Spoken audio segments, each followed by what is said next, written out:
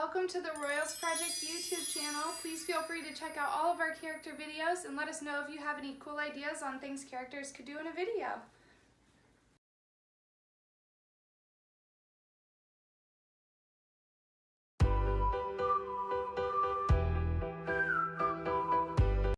Hello, this is R.L. Stein's Stay Out of the Basement. I am Belle and I am starting at Chapter 8. Margaret swallowed hard. Her mouth felt dry as cotton. She suddenly realized she was squeezing the side of the counter so tightly her hand ached. Forcing herself to loosen her grip, she stared down at the half-empty plant food bag, which she had dropped onto the floor. She felt sick. She couldn't get the disgusting picture out of her mind. How could her dad eat mud? He didn't just eat it, she realized. He shoveled it into his mouth and gulped it down, as if he liked it, as if he needed it. Eating the plant food had to be part of his experiments, Margaret told herself. But what kind of experiments? What was he trying to prove with these strange plants he was growing?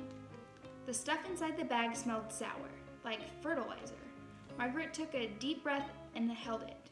She suddenly felt sick to her stomach. Staring at the bag, she couldn't help but imagine what the disgusting muck inside must taste like. Oof, she nearly gagged. How could her own father shove this horrid stuff into his mouth?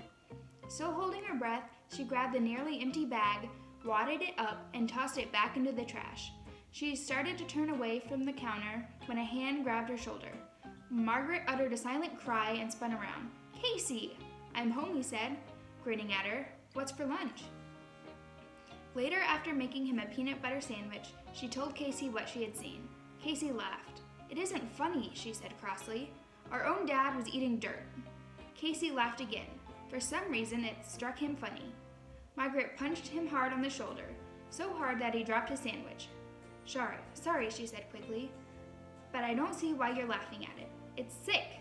There's something wrong with Dad, something really wrong. Maybe he just had a craving for plant food," Casey cracked, still not taking her seriously.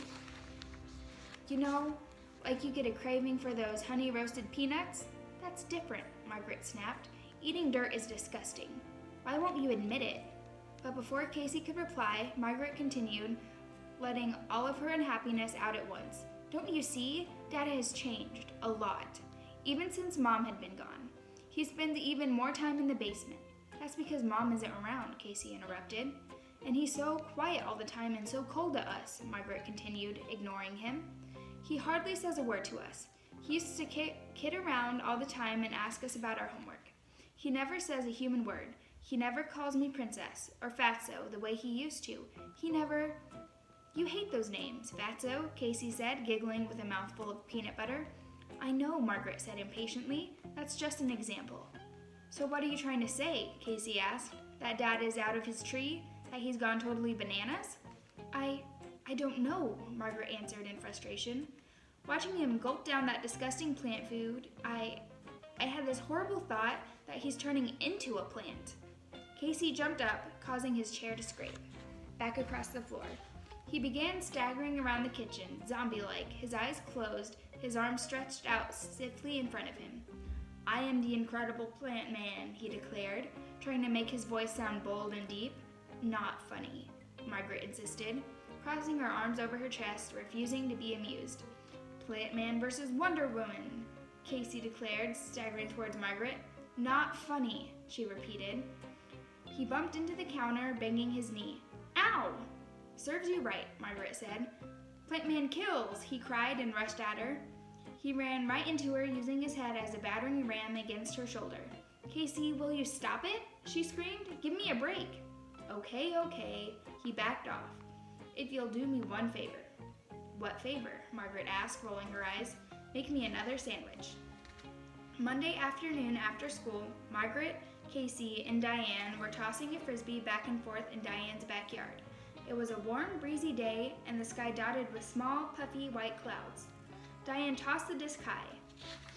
It sailed over Casey's head into the row of fragrant lemon trees that stretched from behind the clapboard garage. Casey went running after it and tripped over an in-ground sprinkler that poked up just an inch above the lawn. Both girls laughed. Casey, on the run, flung the frisbee toward Margaret. She reached for it, but the breeze sent it sailing from her hand. "What's it like to have a mad scientist for a dad?" Diane asked suddenly. "What?" Margaret wasn't sure she heard right. "Don't just stand there, throw it," Casey urged from beside the garage. Margaret tossed the frisbee high in the air in her brother's general direction. He liked to run and make diving catches. "Just because he's doing strange experiments doesn't mean he's a mad scientist," Margaret said sharply. "Strange is right," Diane said, her expression turning serious. "I had a nightmare last night about those gross plants in your basement. They were crying and reaching for me." "Sorry," Margaret said sincerely. "I've had nightmares too." "Look out!" Casey cried. He tossed a low one that Diane caught around her ankles. Mad scientist, Margaret thought. Mad scientist. Mad scientist. The words kept repeating in her mind.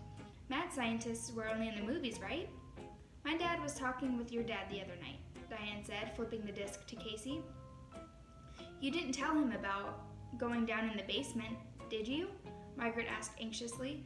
"No," Diane replied, shaking her head. "Hey, are these lemons ripe?" Casey asked, pointing at one of the low trees. "Why don't you suck one to find out?" Margaret snapped, annoyed that he kept interrupting. "Why don't you?" he predictably shot back. "My dad said that your dad was fired from Polytech because his experiments got out of control and he wouldn't stop them," Diane confided. She ran along the smooth, closely cropped grass, chasing down the frisbee. "What do you mean?" Margaret asked.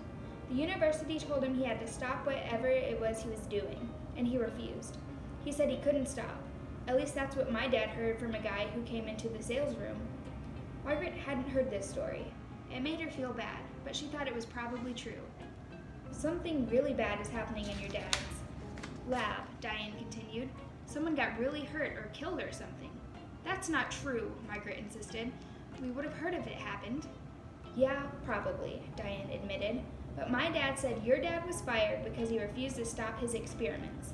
"Well, that doesn't make him a mad scientist," Margaret said defensively. She suddenly felt she had to stick up for her father. She wasn't sure why. "I'm just telling you what I heard," Diane said, briskly tossing back her red hair. "You don't have to bite my head off."